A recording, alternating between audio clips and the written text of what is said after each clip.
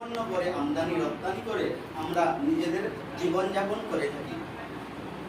যেই দেশে আমরা বসবাস করছি, যেই মাটিতে আমরা বসবাস করছি, সেই মাটিকে আঁকড়ে ধরে রাখা আমাদের দায়িত্ব এবং আমাদের কর্তব্য। এই দেশের প্রতি কেউ যদি আক্রমণ করে তাহলে আমাদের দায়িত্ব হবে যে সেই সমস্ত মানুষের বিরোধিতা করা, যারা আমাদের দেশের বিরোধিতা করে, যারা আক্রমণ করছে তাদের আমরা বিরোধিতা করব। যদি তেমনও হয় আমরা অস্ত্র হাতে তুলে নেব, এমনকি আমরা যদি তেমন হয় নিজেদের প্রাণ বিসর্জন দিয়ে দেব। তাহলেই আমরা আমাদের জন্মভূমিকে রক্ষা করতে পারব। আমাদের পূর্বের মনীষীগণ কেউ রয়েছেন যিনারা দেশ ছেড়ে পলায়ন হয়েছে।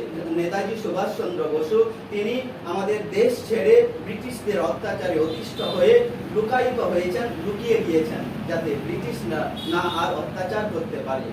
আমাদের কত মনীষীগণ, আশফাকুল্লাহ সাহেব, এছাড়াও রয়েছে হাজি ইমদাদুল্লাহ মাজিরে মাক্কি, শাহ ওলিউল্লাহ সাহেব, এছাড়াও আরো অনেক মাওলানা রয়েছে, অনেক মুসলিম রয়েছে, তারাও দেশের জন্য প্রাণ দিয়েছে।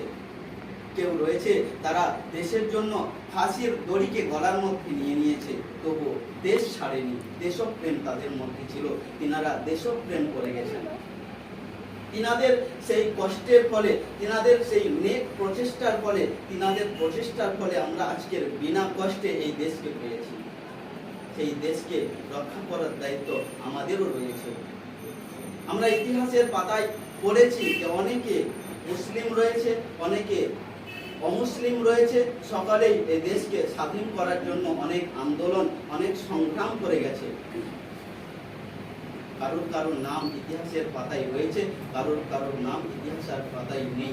তার তিনাদের নাম ইতিহাসের পাতায় অতটা লেখা হয়নি। যিনারা উল্লেখযোগ্য ছিলেন, তিনাদের নাম এখনো পর্যন্ত স্মরণীয় হয়ে আছে।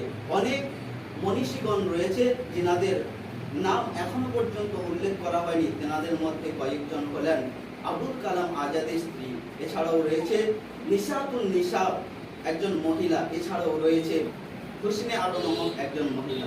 আমরা শুনেছি, ইতিহাসের পাতায় পড়েছি, অনেক সংগ্রামী তিনারা জেলে বন্দী হয়েছে, ব্রিটিশদের অত্যাচারে অতিষ্ঠ হয়ে জেলে বন্দী হয়েছে। জেলে বন্দী হলেও তিনাদেরকে ছাড়েনি, তিনাদেরকে জেলের মধ্যে অত্যাচার করা হয়েছে যাতে করে ব্রিটিশদেরকে তাড়ানো না যায়, যাতে করে ব্রিটিশরা এখানে শাসন করতে পারে। ব্রিটিশরা তারা বিভিন্ন ধরনের অত্যাচার করেছে, অত্যাচার করেও তারা শেষ পর্যন্ত এই ভারতকে তারা দখলে রাখতে পারেনি। তিনাদের নেক প্রচেষ্টার ফলে এই পবিত্র ভূমি ইন্ডিয়া থেকে সমস্ত ব্রিটিশগণ বিতাড়িত হয়েছে, পলায়ন করে পালিয়েছে।